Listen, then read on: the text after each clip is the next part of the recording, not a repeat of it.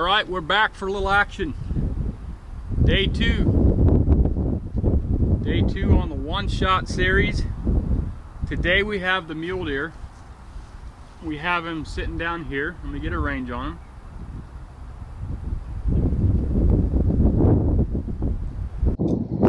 703 yards. Calls for 12.8.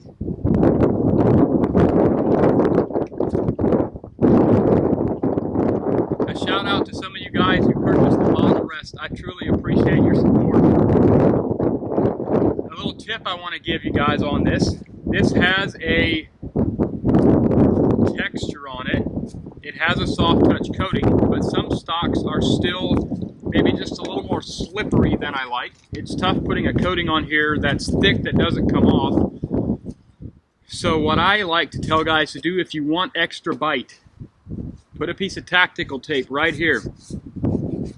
You don't even notice it. And this thing bites right into that really well, and it's just super solid. All right, we are up. We have some wind. We have a lot of mirage today.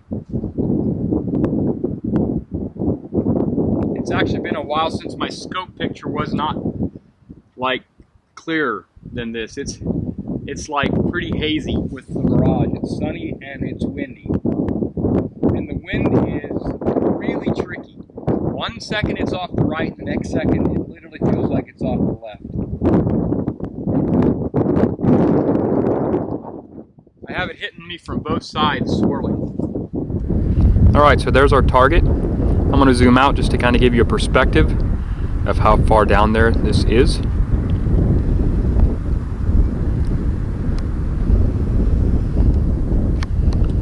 All right, there you go. All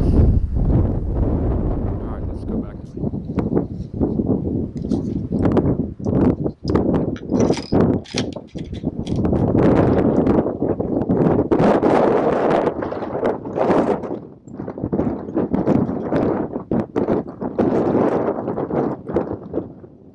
I think the most consistent part of the wind is coming from the right.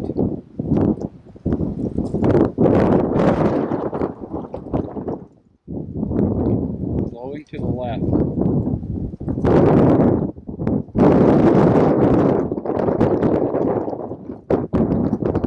I'm going to hold towards the front of his vitals. And I'm going to hold mid-body just because it's the widest point, with the wind not being very stable.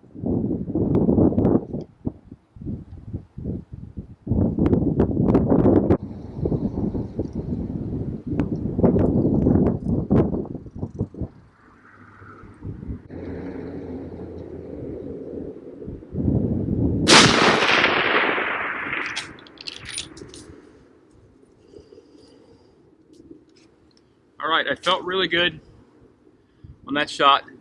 Let's go see if we center punch this guy. All right, we're down at the target. We have killed us another big game animal. 700 yards. There's our shot. We killed this deer, hit him in the back of the heart. I probably held somewhere in here.